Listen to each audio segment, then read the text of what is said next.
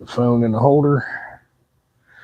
Only going live for a couple of minutes, dude. I am tired. It is now 7 o'clock. I couldn't just let this go for another day. If you watched the very last live, you will know that those pipes were not going to work with those forward controls. Well, we made them work. I actually had to make another bracket. You'll see it in a short video.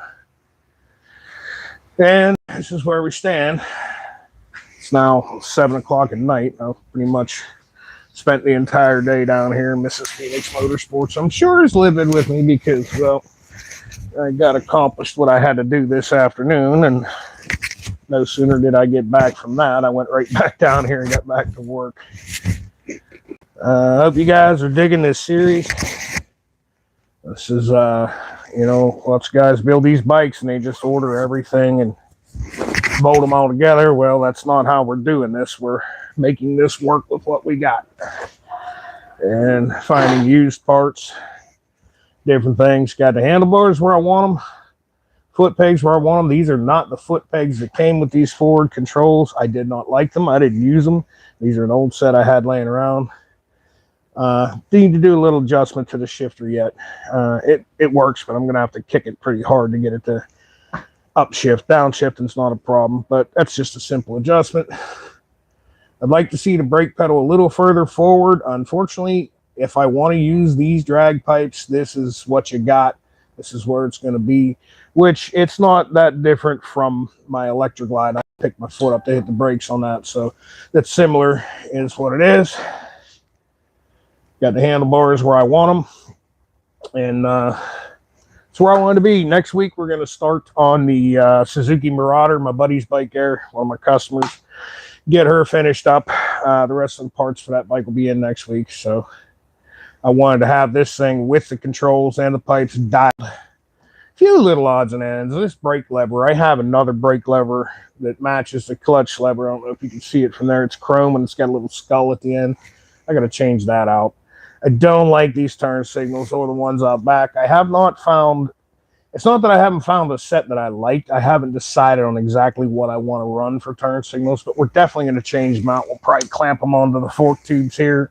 We're not going to worry about that until after the extended front end is put on. The lowering shocks should be in between Monday and Thursday, according to FedEx. That's going to drop the rear end of this bike about 2.5 inches, which will coincidentally kick the rake out a little in the front. And when we add our 4-inch extended forks, it'll give just a little bit of that chopper stance. It won't be crazy. It's not going to be whatever. What I'm going for is like a 1970s garage built look with this bike. We're not going for like an Arlen Ness show bike or Paul from OCC and all that crap. We're just doing something cool and fun, man. You can do this at home too. My goal for this project, when it's done, including the donor bike, is to be under $3,500. And I'm going to try to squeeze in a 1200 SNS big bore kit for this. If I buy the cams that I want to run in this bike, I will blow that budget, but that's to be seen. We're definitely going to end up putting a big bore kit on at some point. Right now, I want to get the stance right, get it comfortable, get it feeling right, and get the paint stripped off the tank and the fenders, which, as you know, it's freaking cold here near Pittsburgh, dude. I can't open my garage door right now to put paint stripper on this bike and spray paint in that. So none of that's really going to happen much till probably the middle of March. So the idea is to get the stance right. We got it pretty much, with your stage one, the controls and the handlebars that I wanted. We'll get figured out exactly what turn signals we're going to run. I already the tail light, you're going to like it. It's really cool. I don't know how well it's going to fit on this fender, so I have to kind of investigate things a little further than that. But that's where we stand, man. I kind of left you guys hanging earlier. Sorry about that. I was frustrated. I had to be somewhere at a certain time to do something, and I did not have time to finish making these forward control work. But obviously they're on there now and they work.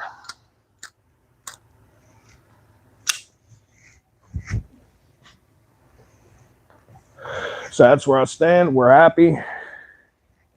She's good to go, man. Anybody watching? Got one of y'all, man. Hey, what's up?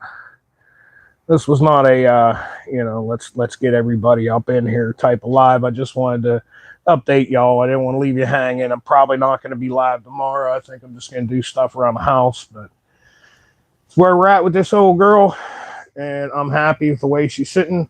I'd like to see this rear pipe mounted down and in more, and that's to be seen. I might mess with that. I might not. The angle's about right.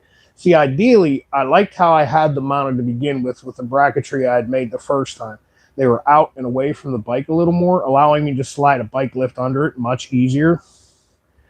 Now, if I want to put this bike on a lift, it's going to be a little bit of a fight. And I didn't want that, but so it is. Battery should still be charged up. I guess we could fire it up for y'all, maybe. If it'll start, it ain't running a week.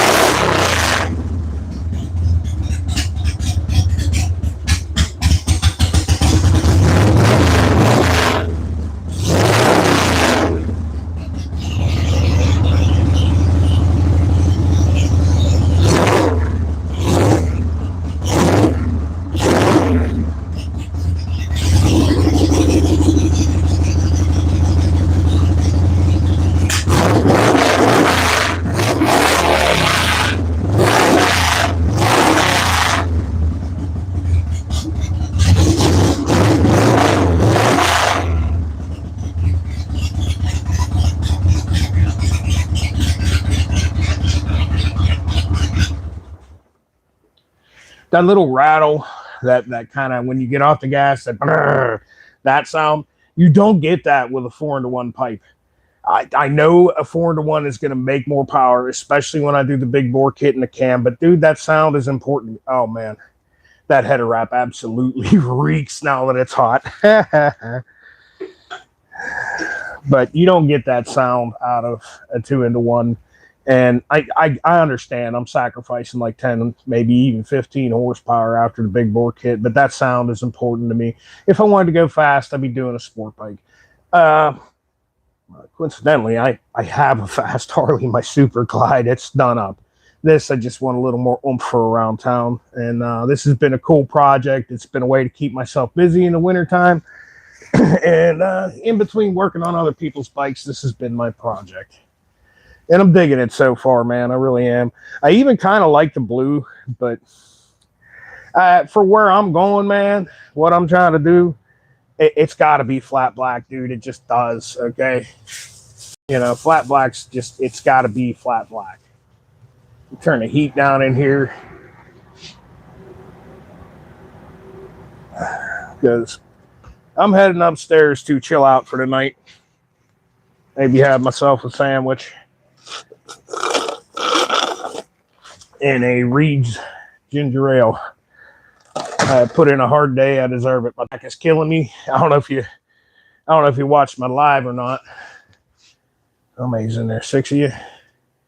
I don't know if you watched my live or not, but dude, I fell right off my stool. I was trying to lean back to see if I had the pipes on there straight, and I literally, I know you couldn't see me fall, but you see my feet go in the air and heard a commotion. Cracked the back of my head off my toolbox. Like, it was a total dumbass move because I was in a hurry. Shit happens. But yeah. Back's killing me from that. I got a banging headache from busting my head. I fucking gnarled up the end of my finger pretty damn good there, smashed it. But we accomplished what we wanted to accomplish today. We got the forward controls on. We got the pipes wrapped. We left a piece of the zip tie on the bike. But that's where we're at. That's the update on the 1200 Sportster. And there you go, folks. Who all do we got in the chat?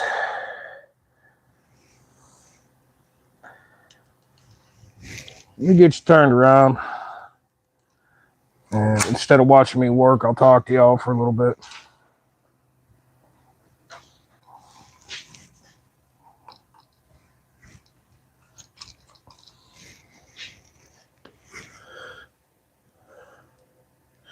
It is a 1997 with 3,900 miles. This bike is basically brand new, dude.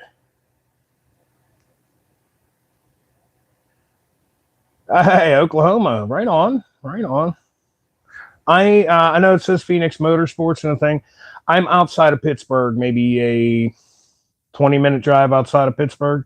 It's my little shop if you're new to the channel. And as you see, I own a couple other Harleys. That black and yellow one, that one's my hot rod. The white one, that's my old grandpa bike. That's the one that me and the missus ride around and go to, events and group rides and shit on it. It's pretty much stock, save for an upgraded cam plate and hydraulic cam chain tensioners. The black one, the black Harley, if you're new to the channel, has got high compression pistons, S&S, S&S Super E carburetor, and we've got a mild cam, nothing crazy. I didn't do the motor on that black bike. It was done before I got it. What is your dream bike? Mine is a KTM 1290R. My dream bike would be like a 66 Panhead FLH. The last year of the Panhead, first year of electric start. It's out of to doing the way I would want it, like completely original, or if it was already modified, then like a period correct modified, keep the suspension. And honestly, I can't say that I have one dream bike because there are so many motorcycles that I really dig. Yeah, I can't have just one. As you see, I got 3 Harleys now, but a couple of years ago, we had 3 Gold Wings, a Yamaha Roadstar, the Super Glide, all in 1 year. I buy some of them just to beat on and ride around town, as you'll see in some of my videos, and some of them are keepers. That Super Glide, that is a keeper. This Sportster, being that it only has 3,900 miles, it's going to be a keeper. I'm doing it the way I want it. I initially bought it as a flip. It needed a couple of little things, carburetor rebuilt and stuff. And my buddy was selling it, which he's a good friend. He's, can you hook up my carburetor? It's been sitting. Yeah, dude, I got you. Well, the intake seals were shot as well. So he decided, because he just brought me the carburetor. I'll do that. You bring me the carb, I'll rebuild it. He brought me the carb, I rebuilt it, we put it on the bike. Ah, fuck, dude, you need intake seals, and that's going to be like a 3.5-hour job. I'll cut you a break on the labor, but it is what it is. He said, this is what I was looking to get out of the bike, and it was under Blue Book value by a bit. So I decided to snag it up. He's my bro, you know what I'm saying? Like, I'm not going to loan him money, but I'll buy a bike that I don't really need. It's the same. So that's how that ended up. For me, it's not a matter of what bike it is. Yeah, me too, dude. Not only riding, is working on these old things, dude. I enjoy turning wrenches on old bikes. I'd love nothing more than a good project that won't start or one that has massive electrical problems and I've got to sit there and figure it out. It's especially this time of year where I live, it gets really cold, and that's what I do. So I guess I'm going to sign off here. I think it's sandwich time. I've worked hard enough for today, and I think we're going to sit back and maybe watch some YouTube. I'm not a car guy per se, but I dig classic cars. My favorite channel on YouTube is, well, I can't just pick one, but I really dig Derek Beery and Vice Grip Garage. I dig Pole Barn Garage. I've been checking out his buddy's channel too, Atomic Era Motors. He does some really cool stuff. Classic cars like that, it's not that it's out of my wheelhouse, but it kind of is. For me to pull a classic car from the 60s and 70s in here to work on, it's going to take up my whole garage. And it's big money to do one of them. As I said in the beginning, when this is completely done, I'm going to have $3,500 into it, including the price of the bike. And that'll include the big bore kit, extended front end, lowering shocks, paint job, forward controls, drag pipes. We might even throw not a Mikuni HSR42, but one of the clone HSR42 carburetors. I've heard great things, and I kind of want to try it. If it sucks, it sucks. They're only $100. I run an S&S Super E on my Super Glide, but to outfit this Sportster with all new parts and a Super E, dude, add $1,000 on top of the 1,000 that I'm going to spend for a big bore kit. That's more money than I want to put into a Sportster. But you know, I'll drop $100 on a clone carb and try it. And if it sucks, it sucks. But it'll make YouTube footage for you guys, and I can teach you how to tune a different style of carburetor. Right now, it's running the stock factory CV40. In other words, a Kian 40 millimeter constant velocity carburetor. Yes, it's a Japanese carb on a Harley, and every Evo came with one. I'm not like that much of a Harley guy. The worst is the electric problem. If it's manual, it's fine, but when electric issues, it's worse for me to work on because I'm not good at it. But still learning, dude. Electric issues take patience. Absolute patience. And the number one thing that kills me is when I get bikes in that somebody has glued and pasted different lights and LEDs all over it. It's usually nothing but trouble. They do half-ass connections, and it's a pain to sort it all out, wire it neatly, and put it the way it should be.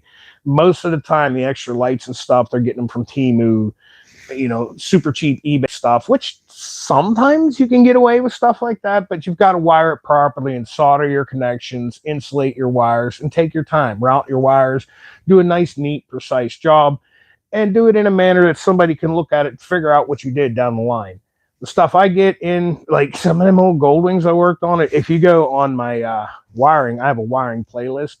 If you go on that, I've shown you some of the nightmare stuff. And even before I did bikes on YouTube, there's on my one Facebook page, I had a bike that's headlight was powered with a piece of an extension cord. I looked at it, I'm like, what is this ghetto ass bullshit? Duct tape? We twist the wires together and put duct tape on them? That's how we do this? Oh, okay.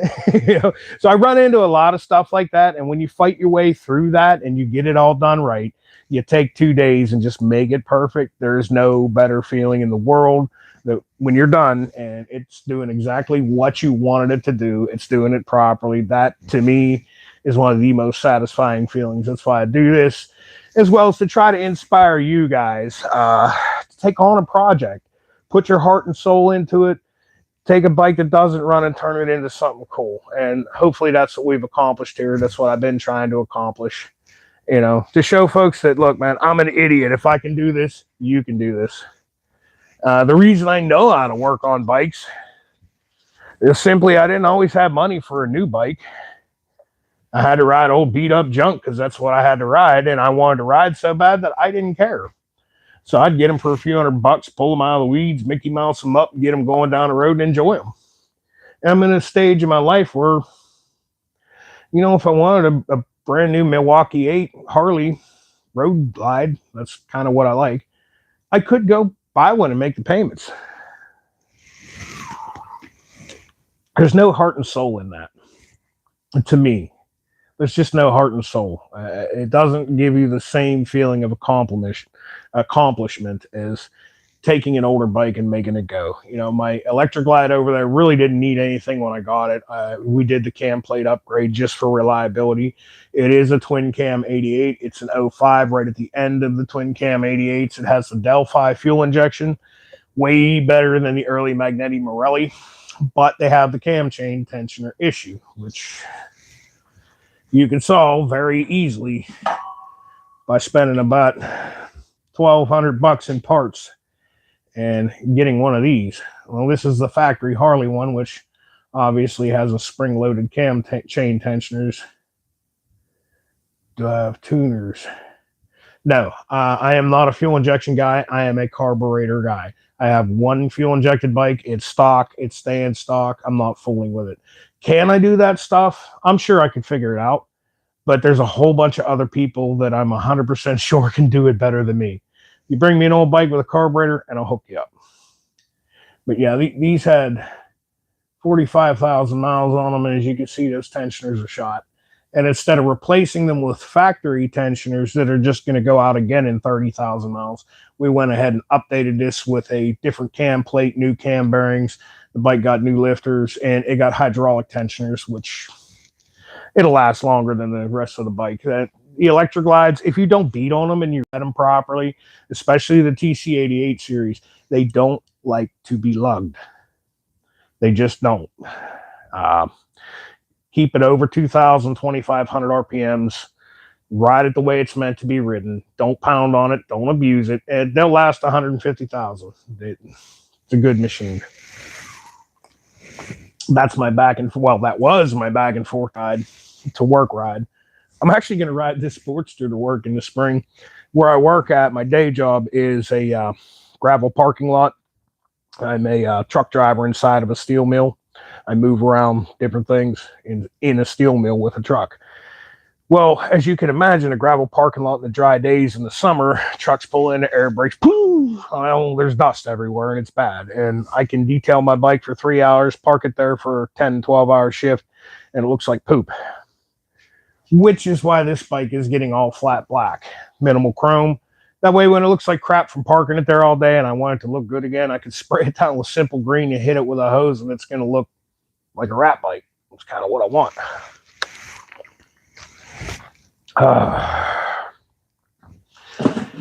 Oh, yeah. There's also a high volume oil pump in that bike, in that electric glide here. See? Take it out here. It's the factory oil pump right here for that. Why am I keeping it? I don't know. It's not worn out. Maybe I'll get in a TC88 that needs an oil pump. I got one. It's got miles on it. It's got wear on it. It's not worn out. It can be reused. I'm also a parts hoarder. You never know what you're going to need or when, especially when dealing with old bikes. I got a guy who has an 06 Softail Standard with less than 2,000 miles. 06 Softail Standard.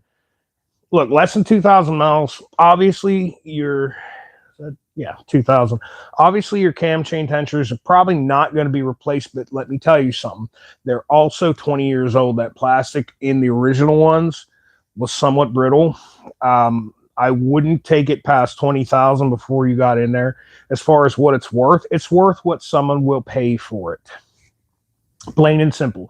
You can have the absolute cleanest whatever, and someone's going to say that's a twin cam, they're junk, they're this, they're that. I'll give you 3,500, which I am seeing twin cam era Softail standards go for $3,000 to $6,000, depending on how clean, how well maintained. Honestly, I'd rather see it with like 35,000 miles, because the first thing I'm going to do is pop open the push rod tubes. If it's got adjustable push rods, that tells me somebody's been in there, they've changed the cam chain tensioners, they've done it recently, and I would more likely give you more money for something like that versus, you see what I'm saying? But 3,500 to $6,000 would be about where I'm at with that on a 2006 Softail Standard, which, by the way, one of my mentors in life, he was my VO technical teacher, Crazy Lou. I don't know if you're watching right now or not, buddy, but cheers to you. He's got just like you're saying, he's got an 06 Softail Standard.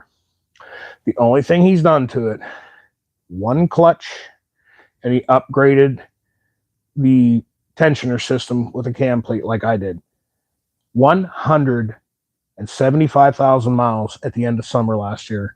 My man retired, and that's what he does. He rides that old Softail cross country and back, man.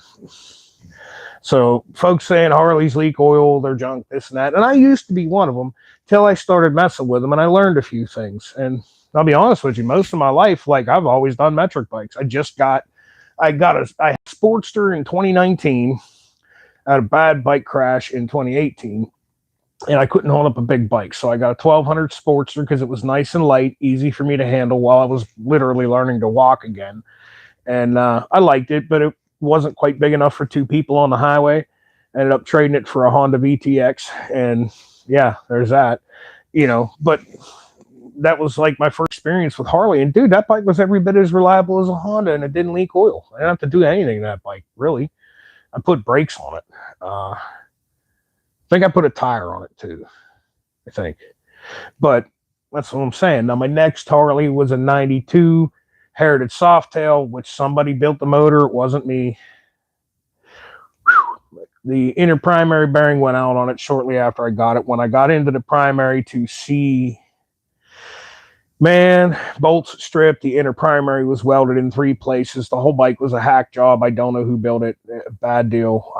I ended up getting it back together, getting it running, getting it operational. Get it down the line. Yo, yeah, it running strong. I mean, you bang shift 3rd gear and it would tear the tire right out from under you, but I didn't want to deal with it. To me, from the work that I saw done on the inner primary, if that's the same person who built that motor, it's probably a ticking time bomb. After that, we've got the black Super Glide. I had a few bikes in between, as I said, mostly metric bikes, cheap, fix them up, get them running, enjoy them for a few months, sell them, buy a nicer one, so on, so on, so forth. And I picked that Evo Super Glide up because I wanted to save an Evo. I didn't want to Dyna Bro to hack it up and ride wheelies. Only thing done to it, other than the motors, it's got a set of ape hangers on it, 16-inch apes. And I didn't like them at first till I rode it, and they look cool, so they're staying. And there's something about them tall bars riding down the road. It's cool. All right, folks. That's enough for the question and answer time. It has been a horrendously long day. And I am going to chill out for the rest of the day and watch some TV. And I will catch you guys probably next week. You'll see a video drop on the forward controls and what I had to do to make them work on this bike. What kills me is there's a whole bunch of these aluminum CNC made forward control systems out there, Amazon, eBay. You see them cheap. All right, let me try it, and if it sucks, it sucks. Well, I bid on one and I got it for like $60. They're anywhere from 140 to, I've seen them as high as 260. So I bid on one, $60, got it, 15 shipping, $75. If it sucks, it sucks. It didn't suck, but there's no directions, and there was nothing online as far as how to do this, how to install them. So I'm kind of doing a how-to video in case anybody wants, looking for an Evo motor for my 81 FLH. Oh, man. That's the end of the AMF era. 81's not a bad year. Look, it's like this. If the shovel head that's in that bike is trash and you can't afford it, put a used Evo. If you can afford to rebuild what you got, me personally, I think I would. If you want to upgrade, go to a 5-speed transmission and keep that shovel head. Because there was a time when I was a kid that shovel heads were cheap, and now they're not. And Evos used to be cheap, and now they're not. That bike's only going to be worth more money at the end of the day. All right, once again, folks, I got to go, man. The old lady's going to kill me. I've been in the shop too long. Thanks for watching, man. Stay tuned.